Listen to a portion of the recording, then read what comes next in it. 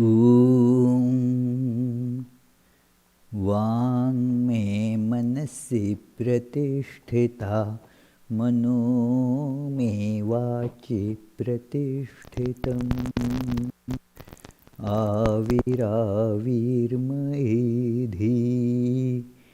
वेदस्य मणिस्थ श्रुतं मे मा प्रहासीः अनेनाधीतेनाहुरात्रान् सन्दधामि ऋतं वदिष्यामि सत्यं वदिष्यामि तन्मामवतु तद्वक्तारमवतु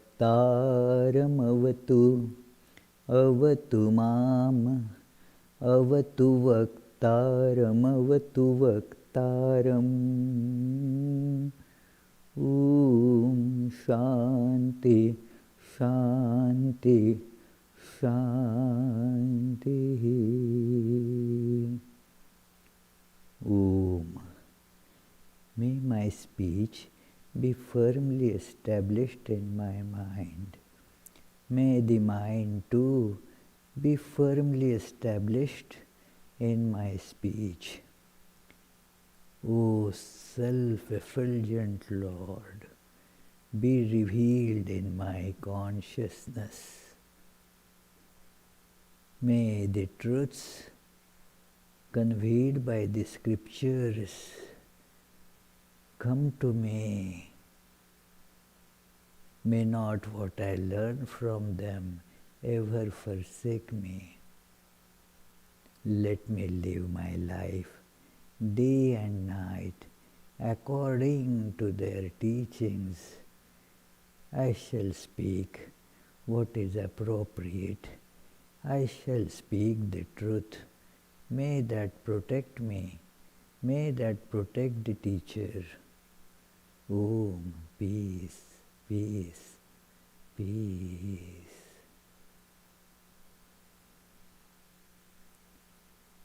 Let us feel our innermost core of consciousness, and let us feel our intrinsic luminous divine presence there.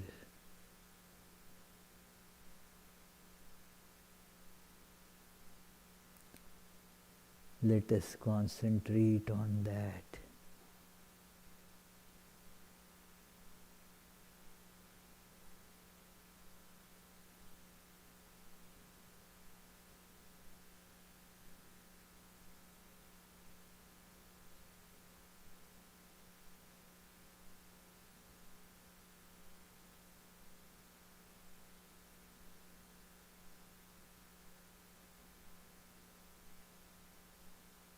This is my true identity. This is the center from which the body, mind, and the whole universe emanates, and where everything dissolves.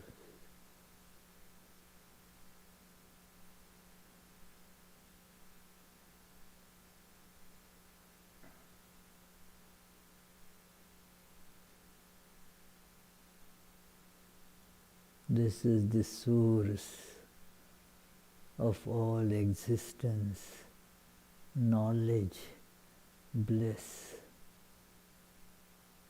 Chetanananda.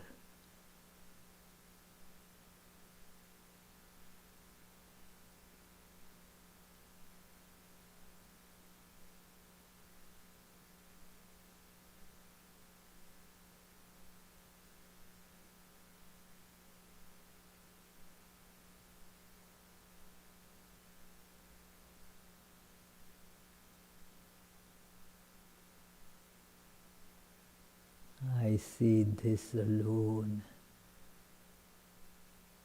is real.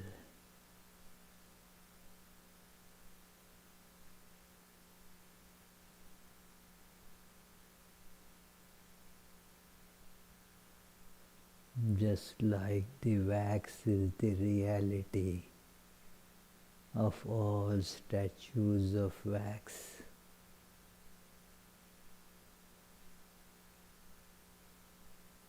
So all are fleeting appearances of existence, consciousness, bliss.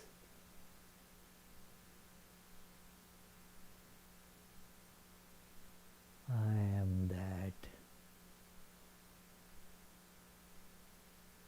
Om.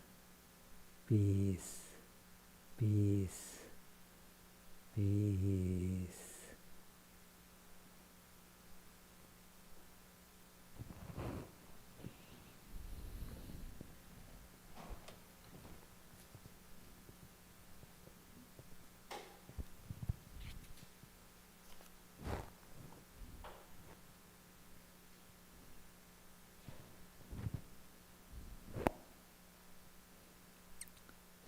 So, dear friends, let us continue with the blessed study of this great biography of Sri Ramakrishna, revealing his divine as well as human aspect intermingled, and thus making us realize that how, although we appear as human beings, we actually are that same divine existence.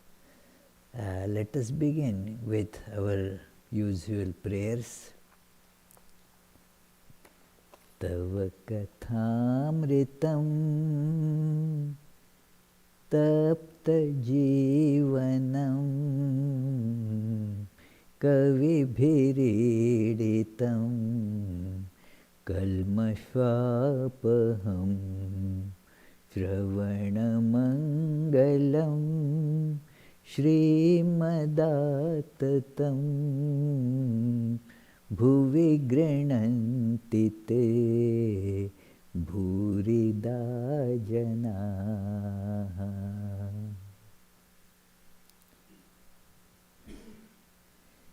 We were seeing how the Master Sri Ramakrishna goes for the pilgrimage. He had narrated it earlier that there is no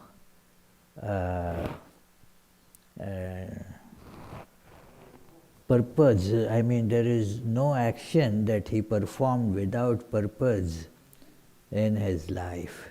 Everything has a purpose. So this, and that purpose is connected with his advent, God appearing in the human form. So there is this definite purpose in this appearance, to convey the great truths to the world, to spread them through his personality. So this is what we see here, that how his pilgrimage also is an aspect of that, part of that, and how he through his own experience certified some of the truths that the relevant scriptures contained. He also intensified the holiness of that place by his being there, and he met many holy people there, and thus through them his gospel, let us put it like that, his gospel could get the wider spread, like when You have a book, and when the book is translated into many languages, the thought in that book becomes more pronounced, also gets widely spread. So this is what is actually happening in this pilgrimage. We saw how he interacted with the great sage Trailanga Swami. We saw how his experience about the this holiness and the liberating capabilities of this city when a person dies there. It is that it liberates a person if you die there. There are some places which otherwise purify. They are also holy places, and many of them are. But each holy place, each pilgrimage place has its own very special significance. And this place, Varanasi, has this speciality that if somebody dies there, then will not have to take up another body, will get liberated. The process was explained in a vision to Sri Ramakrishna.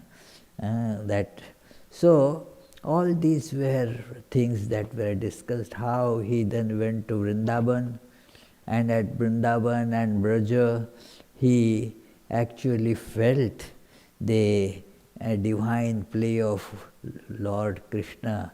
So he was very happy. There he met a great saintly lady, Ganga Mata, and then he was so much attracted to her because of her tremendous spirituality, and just thought that he will stay there. Ganga Mata also wanted him to stay there. But then he suddenly thought of his old mother in Dakshineshwar, and then decided to end his stay in Vrindavan and went back with the party to Dakshineshwar. So, and here naturally the questions come about that why Sri Ramakrishna was a monastic, having given up all the ties to the world, to the family, to everything. Then why was he so much concerned about serving his ailing mother? That is a great beauty one must appreciate in Sri Ramakrishna's life. And that paragraph we are going to read now, it is on page 614.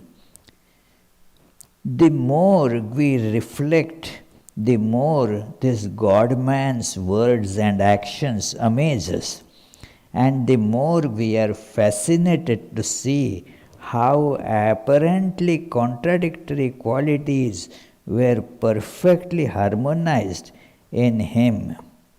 Consider how the Master offered his body, his mind, and everything else to the Divine Mother, but could not offer truthfulness to her.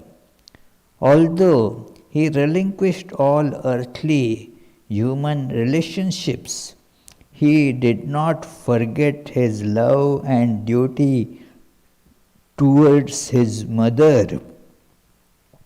He had no physical relationship with his wife at any time, but he always maintained a loving relationship with her as a guru, and actually even as a spouse, as husband.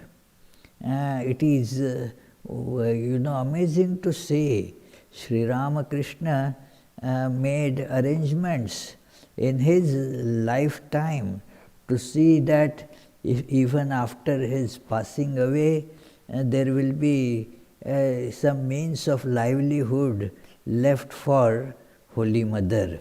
He made that arrangement, not that it all worked out well, but he did make that arrangement. That is the only example when you see Sri Ramakrishna calculating money and storing for the maintenance of Holy Mother. So, you see these contradictory qualities intermingled in Sri Ramakrishna, because he had to show this ideal both of being a monk and being of a householder. As the majority population in the world is householder, and an incarnation just therefore showing the ideal of monastic life is not of much use. The incarnation of God therefore exhibits both these, and thus he exhibited the ideal qualities of householder and also the ideal qualities of a monk. Many years back we discussed some of this in relation to a question. One day one Swami called me to discuss a funny question that was asked, funny but very relevant question, that it is how you can think of Sri Ramakrishna as an ideal or a role model for householders.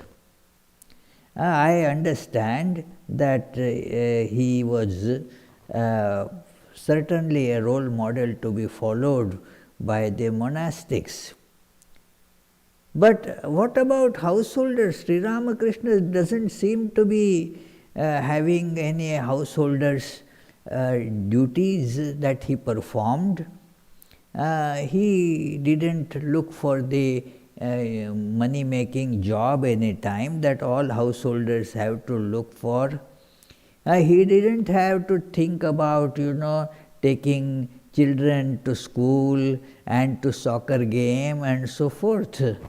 He didn't have to look for all that, how the children will come up. Nothing like that. He didn't have to take the children to the baby doctors or whatever. It is. So how can you think of him as an ideal householder? He didn't have arguments and fights with his spouse, which is a part of the householder's life, that they have the fights.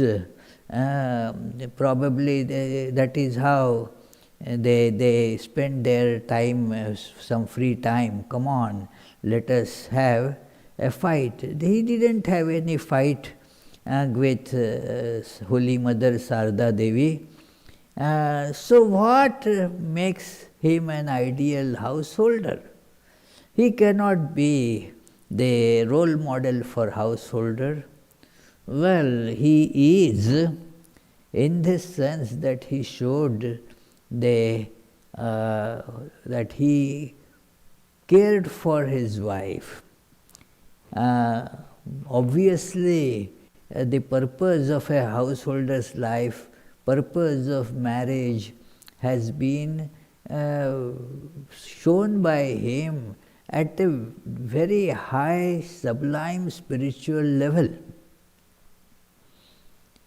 And it was not therefore possible for him to show that yes, you can have a physical relationship with wife and beget children. That anyway doesn't need an incarnation to exhibit. Even all others, even the animals know that. So an incarnation of God is not necessary to show that. But he showed this spiritual significance of marriage.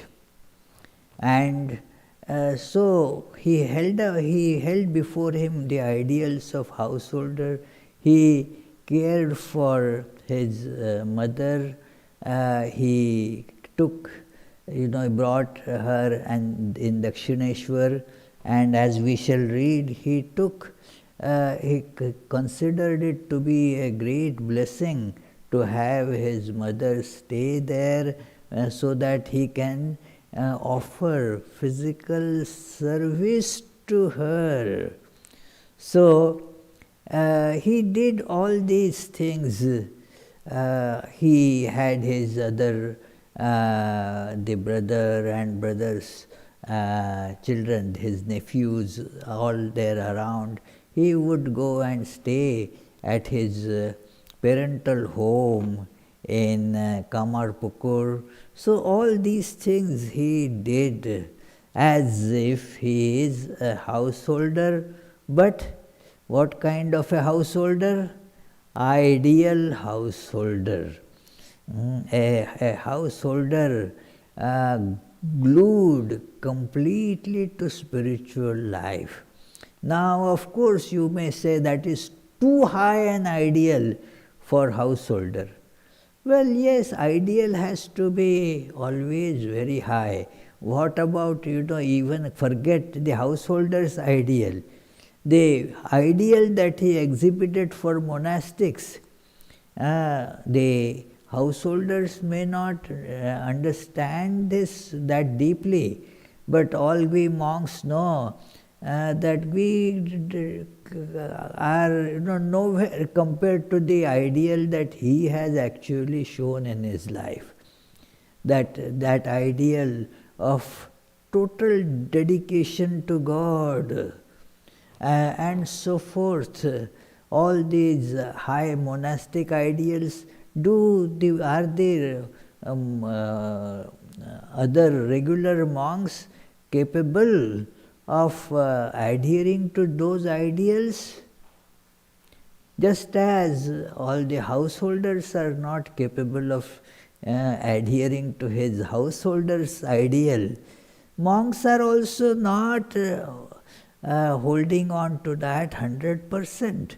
But yes, whether householder or whether monk, we see the ideal exhibited, ideal presented, and then we will be able to follow it. We can learn and move along those lines to make our life more and more illumined. That is how it happens, It is as we learn, we start seeing that yes, we are coming closer to that ideal. It is, thus we read further here, that we can cite many such examples of his extraordinary behavior. Can anyone find such harmony among such a collection of contradictions in the lives of great teachers or avataras of the past? Who will not admit that such a person is unprecedented? It does not matter whether people acknowledge the Master as an avatara, but who can deny that there is no one else like him in the spiritual world? This sounds like as if it is a fanatic statement. But if we examine, you do not find all these tremendously conflicting and seemingly contradictory ideals merged in one human being. So it is a very unique thing for us to say, because being a householder and being a monk, both are ways, both are different paths towards that ultimate goal of God realization. Our ideal is not to become either a monk or become a householder. Our ideal is to realize God. Via the path of being householder, that is one way of doing it. And the other is, yes, you give up everything, become a monk and follow it. Both require constitutional, suitability to that path. All paths are fine. All paths are easy. All paths are difficult, depending on that person's constitution, who is going to actually follow. It is, yes, some path may appear to be rather circuitous and long, like a winding road that goes to the top of the hill. Then there is just a straight climbing path. And the straight climbing path could be, usually it is, short, very short. But then you have to physically climb it. There may be risks in that. There may be the chances of falling. And it would take a long time because you have to rely on your physical strength. Whereas that winding path could be a motorable road, and then you can reach the goal faster. So it is possible that for somebody one path is suitable, for somebody else another path is suitable. There is no lower or higher. Let us not think that being householder or being monastic is superior to the other path. All paths are very highly respected path, provided we walk on it.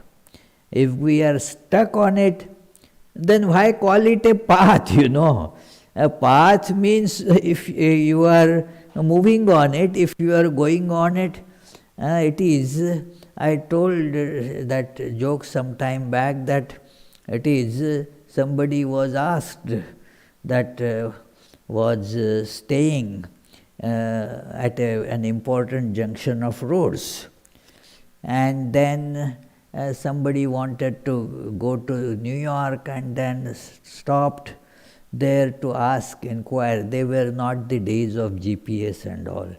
And then asked that man, does this road go to New York? Which of these roads go to New York? And this man said, well, my 7 generations have been living here. None of these roads go to New York. And they live here. The roads don't go anywhere. These roads remain here. But if you want to go to New York and if you go on this road, you may reach New York. The road doesn't go anywhere. If you go on that, then you may reach there. So it is like that. The paths are not what we should be, thinking of higher or lower. If we walk in the right direction on that path, we will reach the goal. The paths are for us to walk on. And that is important. It is walk on, move on in the right direction. So the paths as such, nothing is higher path or lower path, depends on the constitutional suitability. So some are suitable, some people are, for them monastic life is very suitable. It is less fraught with difficulties. Householder's life for some is more suitable, and they find that easier. Every path has its own problems, its own pitfalls. So on both paths, as we move, we will have to negotiate with many dangerous curves many big holes that one can fall into. There may be wild animals on the way on any these paths. So every path has its problems, its difficulties. But one must remember that nobody amongst the devotees of Sri Ramakrishna is a worldly person. None of us is worldly person. Sri Ramakrishna's devotees had two classes, householders and monastics. But nobody is a worldly person. Everybody has the ideal of God realization. When somebody asked a wonderful Swami that what is the way for we samsari people?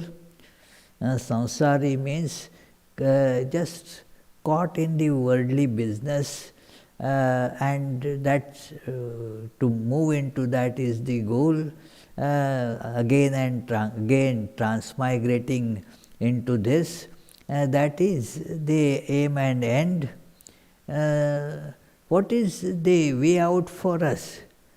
He said that there is, obviously as you define, there is no way for the worldly people, because that is what they are seeking. But yes, as the devotees of Sri Ramakrishna, you can be a householder or you can be an all-renouncing monk. None of them are worldly, because you know that the goal is to realize God, and thus you are all set for liberation. Keep this strongly in your mind, that one may be a monk or one may be a householder. We are all equally dear to Sri Ramakrishna, and we all have the same goal. We have to move on our path. It is a mistake, as described by Bhagavad Gita, that to confuse the path, because the path of the other fellow seems to be more free from problems and easier. It's not the case.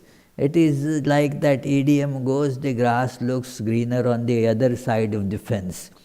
It is just like that. Actually, both paths have their difficulties, but this is a ploy of Maya or nations, that what we can do walking on our path, we don't do. We keep on thinking, imagining, oh, well, I am a householder.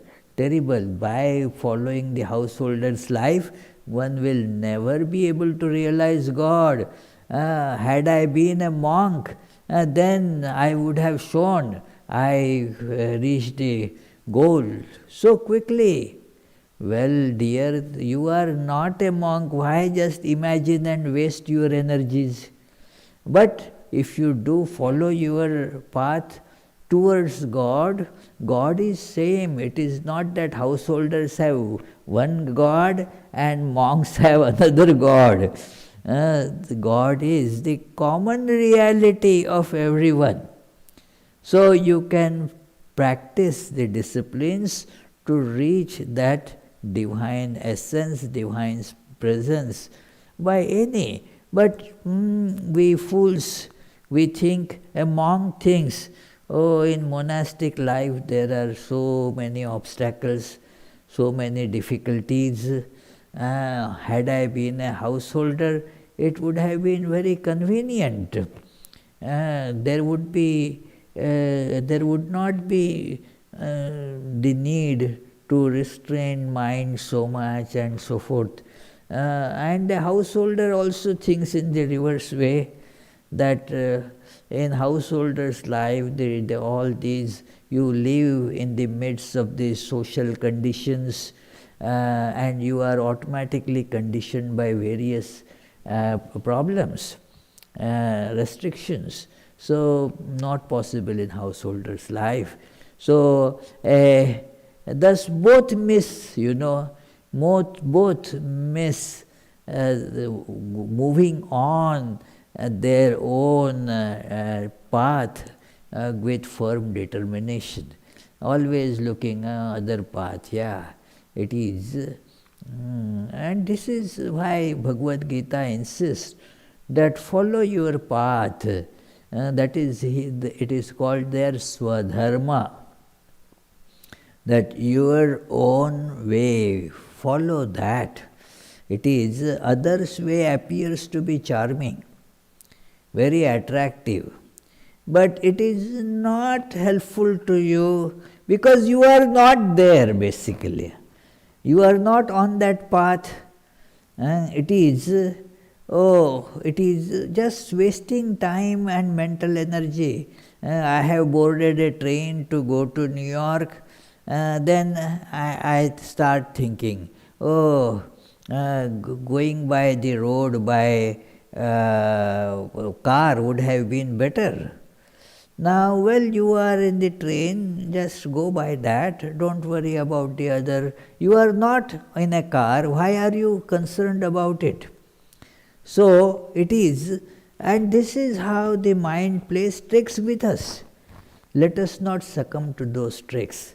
Whatever path we have, let us assiduously, with great determination, relentless efforts put in, we move on and we realize the same goal. So, the Master told us many times that when his aged mother lived with him at Dakshineshwar for the last few years of her life, he considered himself blessed to personally serve her every day. Again, when his beloved mother died, the grief-stricken master was extremely distressed and shed tears more profusely than most people do in this world. Although he grieved at his mother's death, he never forgot that he was a sannyasin, a monk. Sannyasin means monk. He did not forget this even for a moment. According to the scriptures, a sannyasin does not have the right to perform funeral and shraddha ceremonies for his parents. So the master had them done by his nephew Ramlal. In solitude, he cried for his mother and thus tried his utmost to pay his debt to her.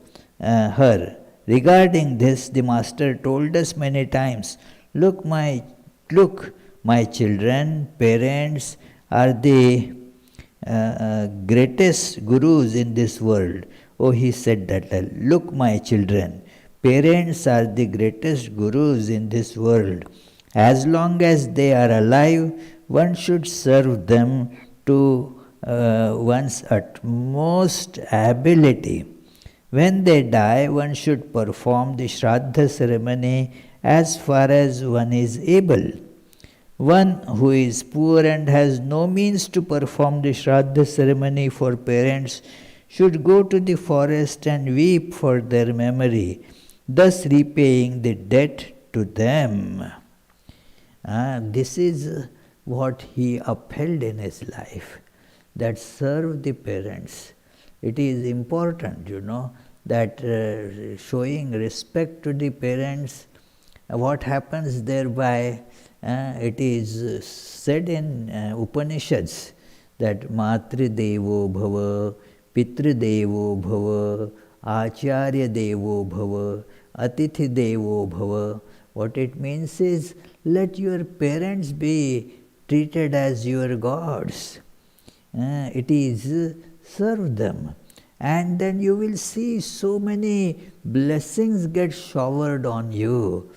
It is for our benefit we should be serving the parents, It is an important thing that is in this age forgotten to a great deal, that there is not much respect for parents, and then the attitude of serving, taking care of them is also on the wane, one must say, that they are like that. No, it is always one should remember that they have a connection with us. And it is important for us to serve them for our own good. Many wonderful things come to our life by serving the parents, serving the teachers, and they gave us knowledge.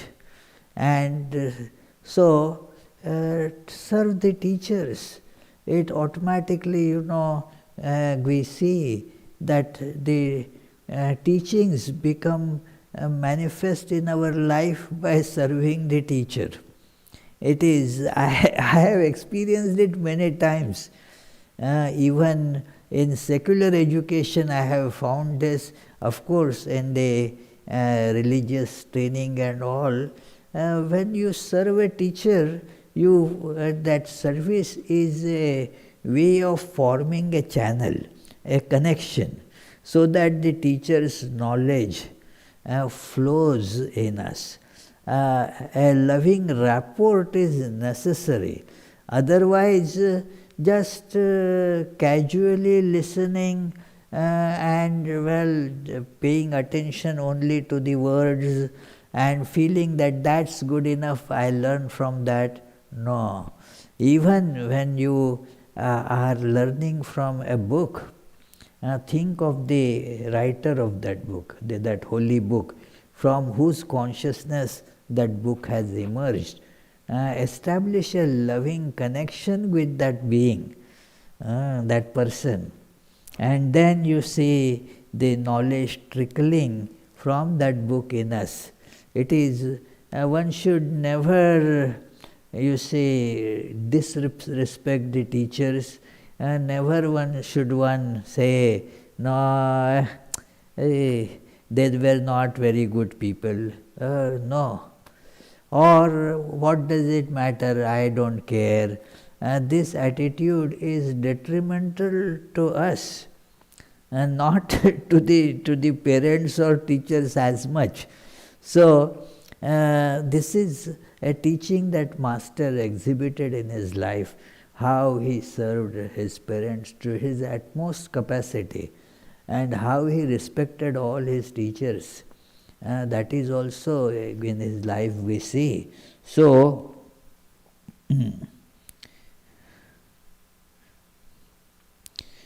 reluctantly the Master took his leave of Ganga Mata in Vrindavan. He took his leave and returned to Varanasi with Mathur. We heard that after staying there for some days, he visited the golden image of Mother Annapurna on the occasion of Deepavali and was overwhelmed with love and ecstasy. Those two temples, the Kashis, Vishwanath temple and Mother Annapurna temple, they are close by. So, not that he had never visited that temple before, but how he was overwhelmed with devotion when he visited it on the Deepavali day, when special worship is offered to her. So, Mathur wanted to leave Varanasi and visit Gaya, but he had to give up that plan because the Master refused to go there. The Master told us that while his father was in Gaya, he had a dream in which he was told that the Master would be born as his son. That is why the Master was named Gadadhar, and that Gadadhar is the chief deity. That Lord Vishnu with the name holding the mace. Gada means a mace, and that holder of the mace, God in that particular form, is worshipped there. So Gadadhara. So that is how Sri Ramakrishna got his that early name at his birth time, that Gadadhara. So, and then he knew if he goes there, the body will fall, and therefore he will not be able to again keep the hold on to this body. It was so difficult for Sri Ramakrishna to hold on to this body consciousness. It is all the time, it was at the just slightest excuse, it would go into samadhi. So, forget that he is body. It was difficult for him to hold on to this awareness that I am this body. It is for him like a play. In a drama, you may perform the role, say, of Cleopatra. So, Cleopatra's role, how far you will be able to hold on to as long as the play is on. As soon as the play is over, you throw away all that costume and then come to your regular role of, say, Jane. The Jane becoming Cleopatra only for that role. It is difficult to remain Cleopatra all the time. So, it is for Sri Ramakrishna, he was so intensely aware of his divine nature that to get confined in this costume of a human being was very difficult.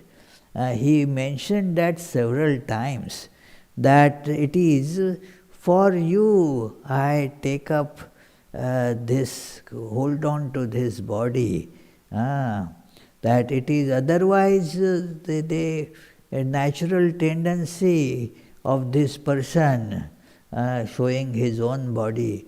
Natural tendency, what is the natural tendency, Juhi?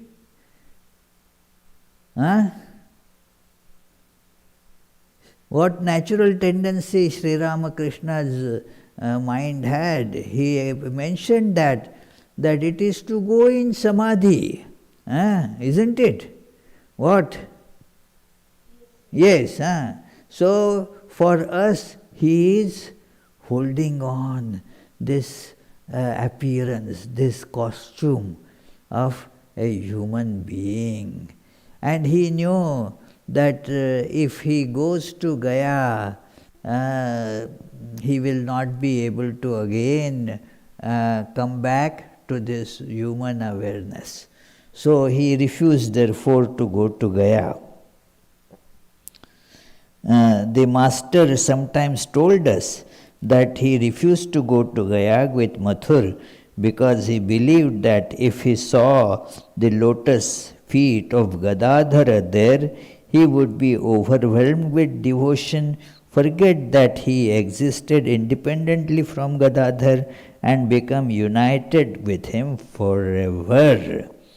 The master was firmly convinced that he, who was born in previous ages as Ramachandra, Krishna, Gauranga, and others, had descended to the world in his own body.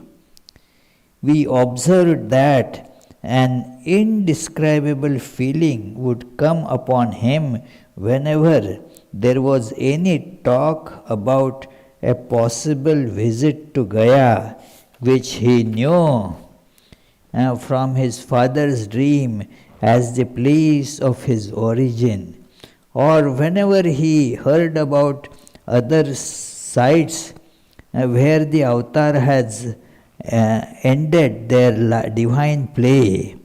The master declared that if he were to go to any of those places, his body would not last. He would become absorbed in such deep samadhi that his mind would never come back to this world. And that would then not serve the purpose for which this body has been taken up. The play will break in the middle, the play will go away, So it is like while performing the role of Cleopatra, the one who is performing it, Jane suddenly remembers when somebody calls her, "Hey Jane," and Jane says, "Oh yes, how are you doing?" Now the Cleopatra gone, then now the play is gone, it is finished. It is not going to be a play anymore. So that Jane has to be always conscientiously aware that anything that brings out that Jane in her should be avoided. It is that is how this situation is.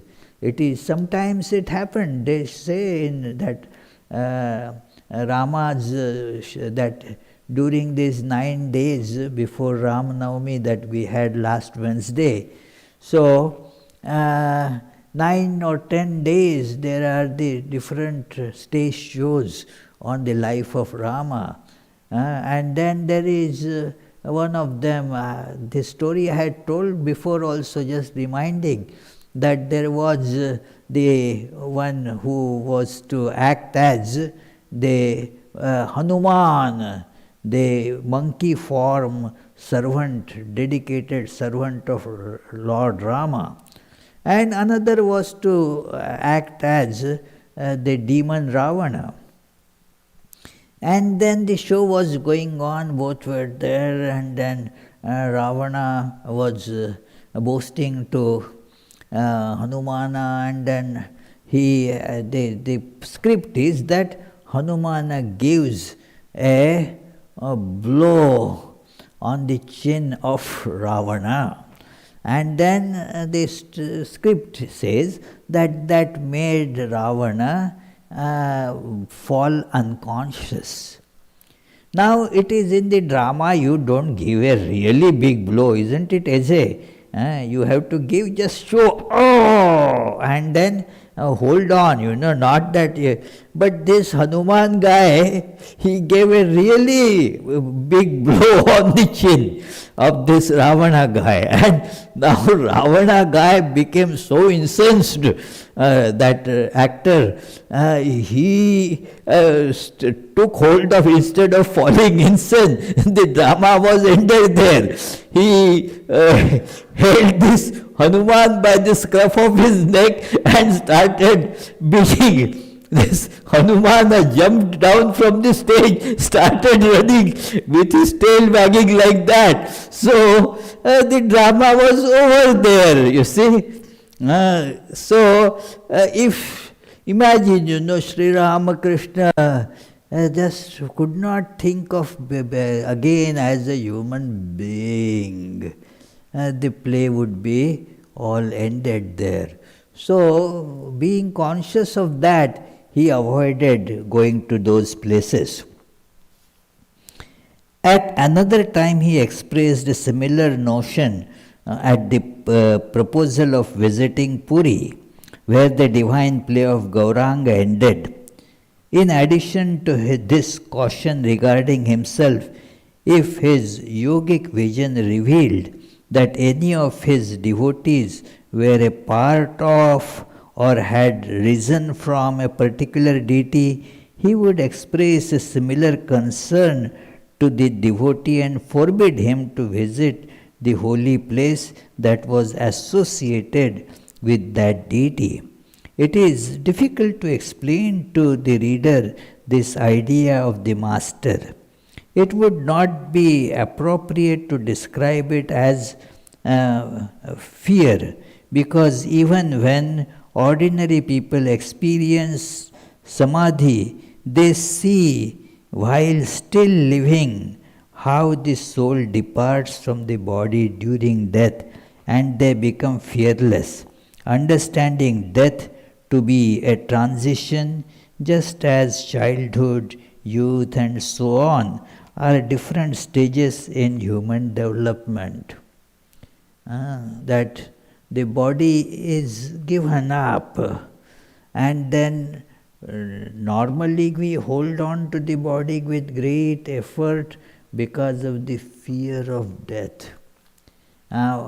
But when one gets to that situation of samadhi, then you understand that it is the body is just taken up.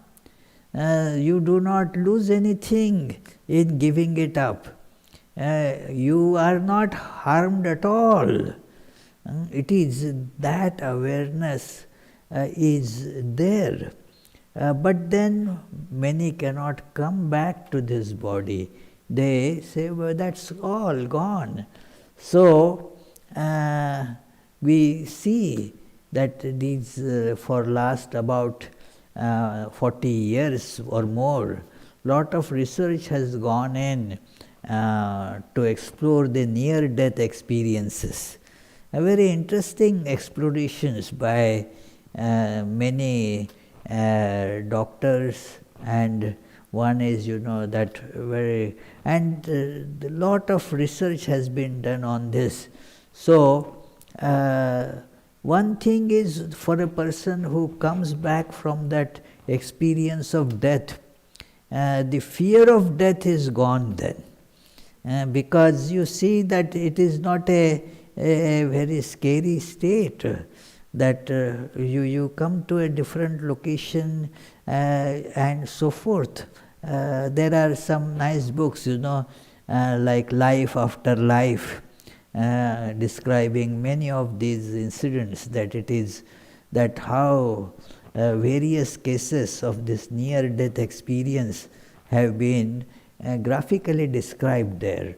So, that it is therefore not surprising that avatars who can enter samadhi at will become completely fearless and conquer death. They become just fearless. There's nothing like death for them. So they are still careful of preserving that body for a particular purpose, that's all. That it has to be preserved for emanating this message. This is a very special body. This human body that God incarnates assume. It is made, as the scriptures describe, of a pure sattva material. Not easy to explain that idea either, but therefore it is very delicate, easily breakable. And so to go in samadhi now and then, come back to normal consciousness, have the visions of innumerable planes of existence, it is all just not possible in all sorts of bodies. Therefore, they try to see that this body is not unduly destroyed by misuse. So, we shall continue this discussion. Today's time is over. So, we shall meditate on this idea for a few seconds, and then in case if you have questions, we can take up them. I will take up one question that I did not answer last time because it was asked late. So means when the class was almost getting over. So I saw it afterwards in the chat box.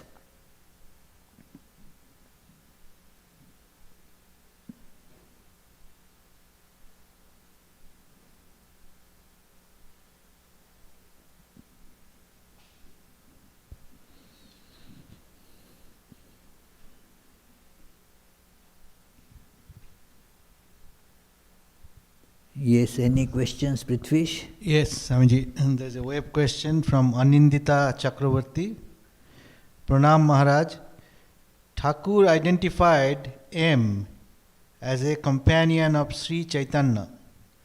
Yet Thakur sent M to Puri and embraced Lord Jagannath on behalf of himself. Yes, that is true. He was identified as a devotee, but not as an intimate companion of Chaitanya, that he will leave his body there. Yes. So it is true that he was identified as in the past incarnation, he was along with this in the same group as Chaitanya Mahaprabhu's group, but that doesn't mean that he was so intimately connected with Chaitanya Mahaprabhu that he will remember it and give up that body there. Yes, so he sent him to, as representative to embrace Lord Jagannath there, yeah. Yeah, that is true. Yeah, you are right. Yeah. Chaitanya Dev was what Chaitanya Dev gave, you are right. Chaitanya Dev gave up his body in Puri. Yeah, so that is how, yeah, he was seen in the troop with thousands of people were there, and in them M also was there. Yeah. Any other question there? Yeah. One question was asked last time about the death, that there is the death of the physical body. Okay, understood. But for liberation, it is not only physical body, but the death of the mental body. The subtle body also has to happen. What is the meaning of this death of subtle body? Because it was described that you normally when somebody passed away in Kashi, then the physical body, yes, is given up there. What about the subtle body?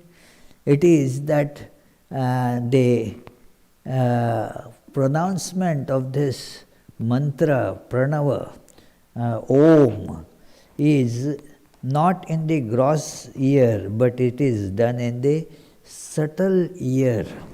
And that is what Sri Ramakrishna saw there.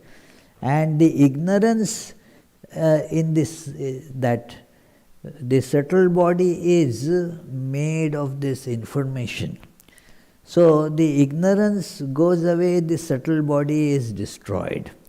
That is the liberation. That it is the subtle body is not made of this ordinary flesh, blood like that. That is physical body.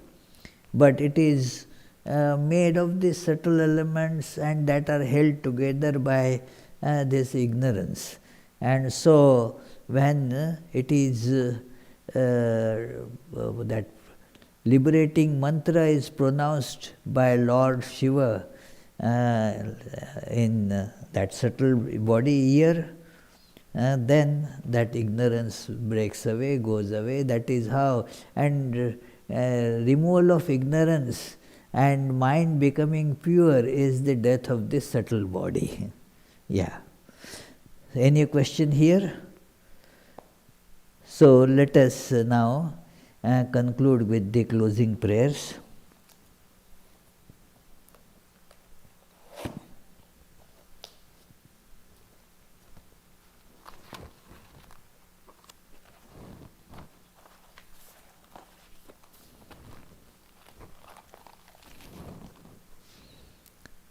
May the Divine, who is Father in heaven of the Christians, Holy One of the Jewish faith, Allah of the Muslims, Buddha of the Buddhists, Tao of the Taoists, Great Spirit of the Native Americans, Ahura Mazda of the Zoroastrians, and Brahman of the Hindus. Lead us from the unreal to the real, from darkness to light, from death to immortality. May the all-loving being manifest himself unto us and grant us abiding understanding and all-consuming divine love. Peace, peace, peace be unto all.